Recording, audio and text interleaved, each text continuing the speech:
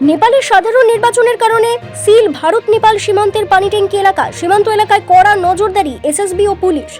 বৃহস্পতিবার ভারতের প্রতিবেশী দেশ নেপালের সাধারণ নির্বাচন, আর সাধারণ নির্বাচনকে সামনে রেখে ইতিমধ্যে সিল করা হয়েছে ভারত নেপাল সীমান্তের পানিট্যাঙ্কি এলাকা।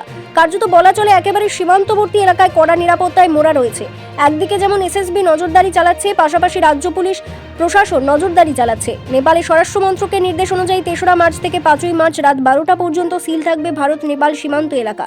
এই সময়কালে কোনো রকম আমদানি রপ্তানি করা যাবে না। যদিও বিশেষ জরুরি পরিষেবায় ছাড় দেওয়া হয়েছে। উত্তরবঙ্গের পানিট্যাঙ্কি সীমান্ত সহ ভারত নেপাল সীমান্তের সমস্ত এলাকায় সিল করে দেওয়া হয়েছে। শান্তিপূর্ণ অবাধ নির্বাচনের কারণেই যদিও সিল করা হয়েছে সীমান্ত, তবে ব্যাপক ক্ষতির মুখে পড়তে হচ্ছে ভারত নেপাল সীমান্তের পানিট্যাঙ্কি ব্যবসায়ীদের। এই বিষয়ে ব্যবসায়ীরা জানিয়েছেন, সীমান্তবর্তী এলাকা হওয়ার কারণে নেপালের ওপরেই ভরসা রাখতে হয় ব্যবসায়ীদের।